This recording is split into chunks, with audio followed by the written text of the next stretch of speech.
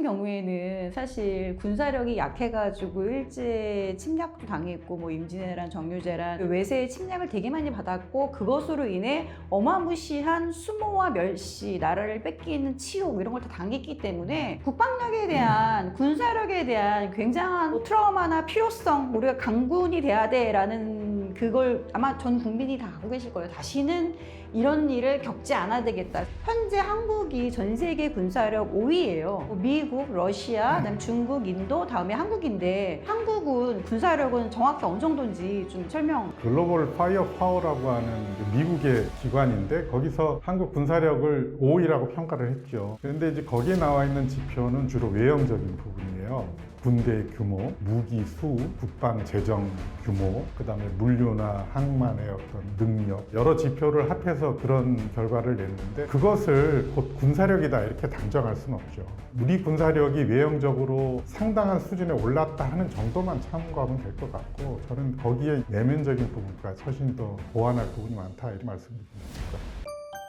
안녕하세요. 책공화국 시민 여러분. 오늘은 강군의 조건의 저자인 강건작 장군님을 모시고 저자 인터뷰를 진행하도록 하겠습니다. 안녕하세요, 장군님. 예, 안녕하세요. 먼저 간단하게 장군님 소개 한번 해주시겠어요? 저는 대한민국 육군 중장으로 전역을 했습니다. 전역한 지는 한 2년 정도 됐고 전역 전에 육군 교육사령관, 육군단장, 중장 진급하기 전에는 청와대에서 위관리센터장, 그 다음에 국방개혁 비서관을 했습니다. 지금은 전역 이후에 대학원도 등록하고 글도 쓰고 이렇게 하면서 전역하기 전에 누리지 못했던 비교적 여유로운 생활을 나름 즐기고 있습니다. 아, 그러시구나. 저희가 강건작 장군님은 주변 지인분들이 소개해 주셔서 저희가 책을 내게 됐는데 그 이후에 알게 돼서 이 강건작 장군님은 어떤 분인가 하고 네이버에 검색해 봤더니 나무위키에 킹건작, 각건작이란 별명으로 불릴 정도로 군내 장병들에게 엄청난 신임과 존경을 받는 덕장으로 유명하시더라고요. 이게 그 군인에서 좋은 상사를 만나면 군대 생활도 되게 좋고 배울 점들도 많고 그럴 텐데요. 장군님께서 청와대에서 위기관리센터장을 하셨는데 그때는 어떤 일을 하신 건가요? 아마 국가위기관리센터장이 있는지조차 잘 모르시는 분들이 있을 텐데 국가위기관리센터는 대통령실의 안보실 예하의 조직이고요. 정부마다 조금씩 이제 그 성격을 달리하는데 문재인 정부의 국가위기관리센터는 포괄안보라고 해서 안보위기뿐만 아니고 각종 재난, 그 다음에 그 기타 국가위기에 대한 전반을 다루는 기능을 수행을 했습니다. 제가 있을 때 했던 위기는 안보위기보다는 주로 재난위기가 많았는데 강원도 삼척 산불 기억하실 거예요. 거기에 대한 컨트롤, 그 다음에 아프리카 돼지열병, 그리고 무엇보다 이제 코로나19 팬데믹에서 전체적인 컨트롤을 해야 하는데 거기서 제가 했던 역할이 좀 있습니다. 국가적 위기를 극복하는데 거기에 역할했던 것은 제 공직생활의 가장 큰 보람으로 생각하고 있습니다. 코로나 팬데믹 때 사실 뭐 의료계 쪽이나 보건복지부 쪽에서 하신 걸로 알고 있는데 군인 출신이 그 어떤 일을 하셨나요? 이게 군인 출신으로 뭐 그 자리에 앉아 있는 것은 아니고 국가의 위기를 관리한다는 측면에서 임무를 수행한 것이고요. 기억하시겠지만 우리 국민들이 무한히 고립됐을 때 귀국하고 싶다는 맞아요. 네, 말씀들을 하셨고 그분들을 모셔오는데 사실은 그 당시엔 프로토콜이 하나도 없었어요. 그 며칠을 격리해야 하는지 그 다음에 어떤 비행기로 누가 데려와야 하는지 정부기관 실무자들하고 며칠에 걸쳐서 프로토콜 마련하고 총리실에 이양을 해서 이제 뭐 실행은 이제 정부기관 전체가 나섰지만 그 전반적인 것에 이제 관여를 하게 되었죠. 사실 1945년 이제 제2차 세계대전이 종식되고 나서부터 인류가 한동안 역사에 없었던 평화 시기를 누려왔어요.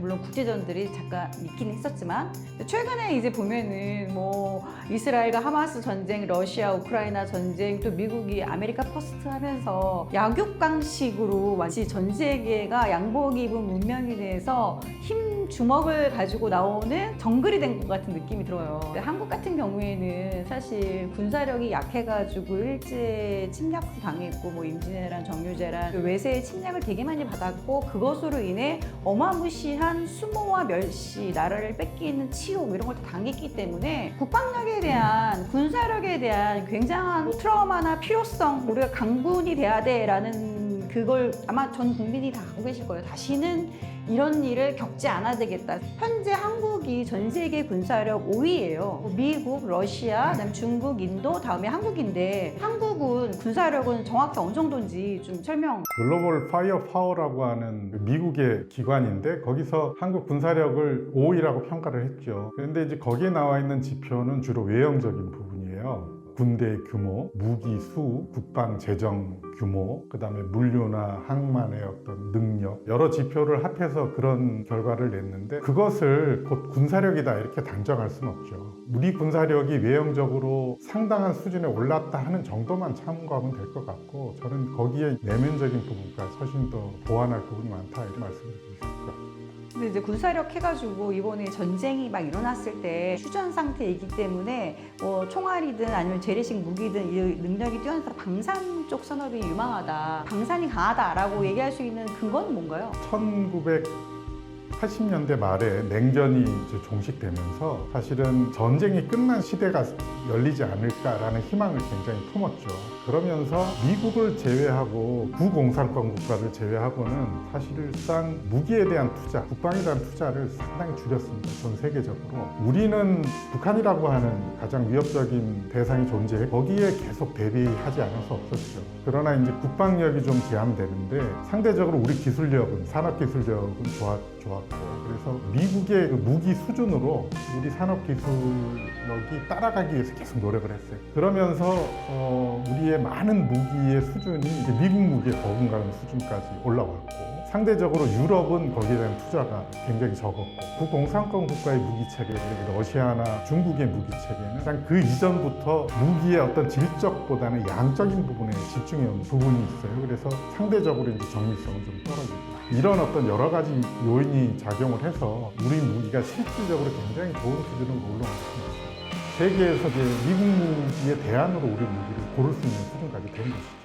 현재 우리가 육군, 공군, 해군이 있는데 각각의 무기는 어느 정도로? 무기의 수량을 뭐 다 밝힐 수는 없지만 한국군에 운용할 수 있는 수준의 무기 체계는 가지고 있죠. 단순히 무기만 있는 것이 아니고 무기를 운용해야 되는 인력 구조까지 같이 바라봐야 하니까 거기에 맞는 규모, 성능, 조직 뭐 이런 것들이 편성돼 있다. 최고의 미사일, 네. 최고의 해군 함정, 최고의 뭐 탱크를 갖고 있다고 해도 사실 핵무기 한 방이면 죽는 거잖아요. 그래서 네. 저희가 그 핵무기는 너무 위험하니까 사용하지 말자, 여기를 핵무기가 없는 평화지대로 만들자라는 논쟁이 굉장히 많았는데 우크라이나나 다 핵무기를 포기하고 안 하기로 하면서 저렇게 무너진 것이 아닌가라는 두려움을 느끼거든요. 차라리 이럴 바에는 핵 대 핵, 강 대 강, 우리도 핵무기를 가져서 일단 그 핵무기라는 것을 안전장치로 놓고 평화를 유지하자. 그래서 최근에 그 영향력 높은 뭐 정치인들, 오세훈 시장이나 나경원 의원이나 이런 분들께서도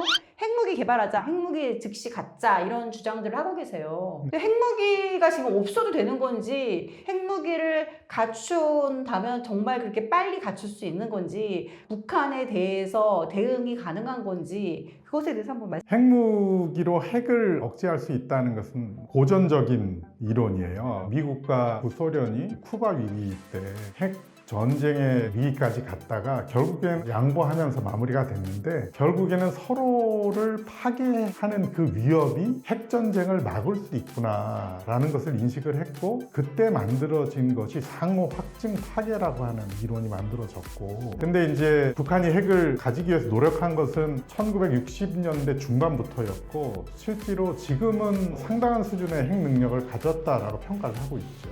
이게 우리의 직접적인 위협이 되는 것도 사실이고 핵이 없는 가운데 핵을 억제할 수 있느냐라는 의구심이 이제 계속 있죠. 핵무기는 5개국 정도가 사실은 공식적으로 보유하는 것이 세계에 인정되고 있습니다. 그 나라가 유엔 안전보장이사회의 상임이사국 5나라예요.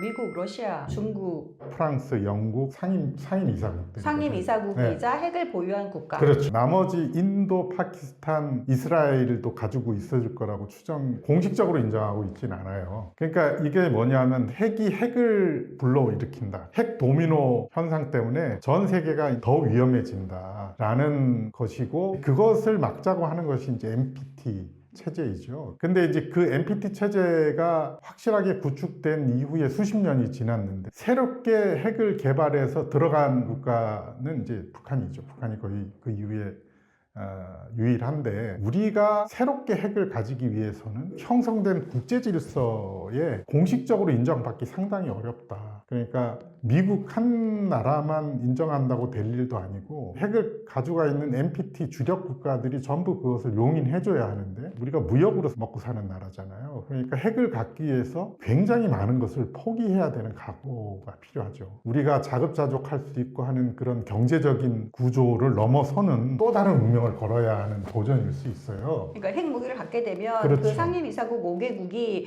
우리와 무역 거래를 하거나 불이익을 제재를 가할 수 있다, 이렇게 말씀하시는 건가요? 그렇죠. 그러니까 그것을 우리가 과연 넘어설 수 있느냐, 저는 좀 부정적입니다. 우리같이 교역으로 먹고 사는 나라, 대외와 끊임없이 소통해야 되는 나라가 핵무기를 갖는 과정에서 생기는 굉장히 커다란 어려움이 있을 겁니다. 그런 어려움을 극복하고 핵을 갖는다는 것이 가능할 것이냐 하는 것에 대해서 저는 의구심이 굉장히 크고요. 그렇다면 핵무기 없이 북한의 핵을 억제하고 막을 방법이 있느냐, 저는 가능성이 있다라고 생각을 합니다. 핵을 억제하는 것은 핵을 가짐으로써 핵을 억제할 수 있는 방법도 있지만, 상대가 핵을 썼을 때 오히려 우리가 망할 수 있다, 우리 전체가 죽을 수 있다는 공포가 억지의 핵심인데, 북한이라고 하는 정권은 또 북한 주민을 위한 정권이라기보다 김씨 일가에 집중되어 있는 국가 구조다 보니 북한 주민을 위협하는 핵무기보다 어떤 수뇌부, 이런 사람들을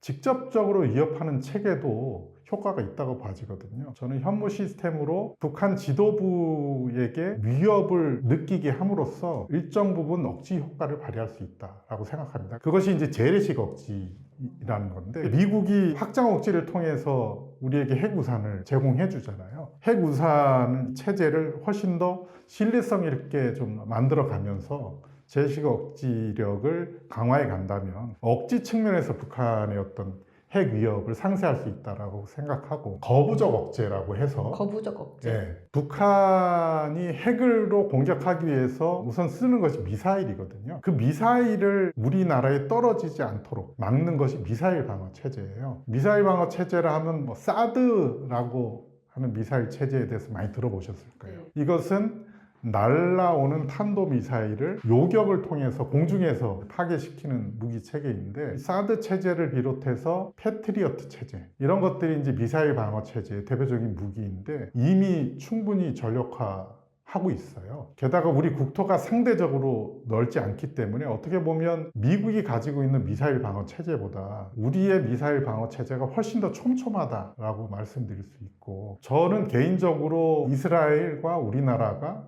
미사일 방어 체제에 있어서는 거의 세계에서 탑 수준으로 올라와 있다. 북한의 미사일을 막는 거부적 억제 측면에서도 국가와 국민의 안전을 보장하기 위해서 충분히 노력하고 있다, 이렇게 말씀드릴 수 있을 것 같아요. 이스라엘이 방어 체제하고 또 전략이 지도부를 핵심 딱 타깃으로 정해서 딱 지도부가 요격해서 죽이는 거잖아요. 하마스 지도부들을 다 죽였는데, 그건 이제 작년 9월에 그런 일이 있었죠. 근데 저희가 이제 전 세계가 그걸 보고 굉장히 경악했던 게, 삐삐 폭탄이니 아니면 요격해가지고 그 자리에 오게 하는 거를 이미 며칠 전부터 준비해놨다는 이런, 그리고 또 한 번, 두 번, 세 번에서 저 깊이까지 내려갔다는 이런 타점 공격, 이런 것들, 이게 굉장히 충격이었어요. 그렇게 오래 장기적 전략을 가지고 군사력, 정보력 다 해가지고 하나요? 이스라엘이 상대하는 하마스나 헤즈볼라는 평시에 비정규전, 테러 이런 수단을 쓰는 조직이고, 정상적인 국가의 군사력과는 좀 차이가 있죠. 어떻게 보면 이스라엘의 정보기관들이 평시부터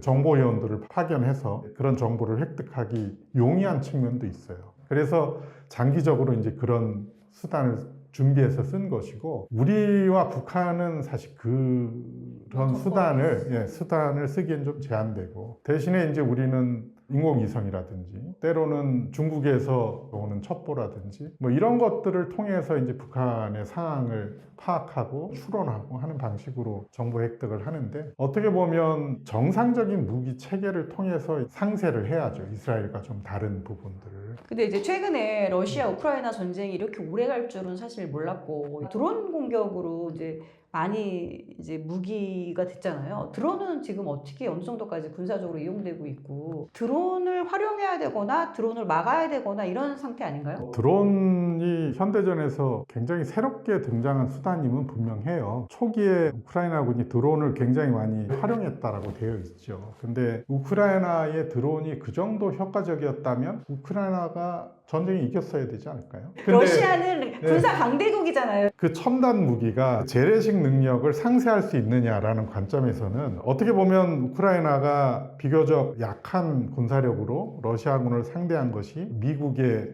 그 통신 능력, 정보 능력 이런 것들이 이제 우크라이나에 지원해 주면서 러시아의 군사력을 상쇄하지 않았느냐라고 생각해 볼 수 있죠. 그러나 이제 한편으로는 강력한 재래식 능력이 지금 현재 발달한 어떤 드론 무기 체계를 완전히 굴복될 정도로 약하진 않다. 저는 드론이나 그 AI가 분명히 현대전이나 미래의 군사력에 큰 영향을 미칠 것이라는 건 분명하지만 한편으로는 재래식 능력도 우리가 지금 단계에서 무시할 수는 없다. 그래서 그것을 같이 균형점을 가지고 봐야 하는 시점이라고는 생각을 해요. 드론도 굉장히 종류가 많고 기술적으로 운영하는 방식도 다양해요. 그거를 하나의 어떤 딱 말씀으로 드리긴 쉽지 않고 그러나 분명하게 주목해야 될 무기 체계임은 맞다. 이렇게 말씀드릴 수 있을 것 같아요.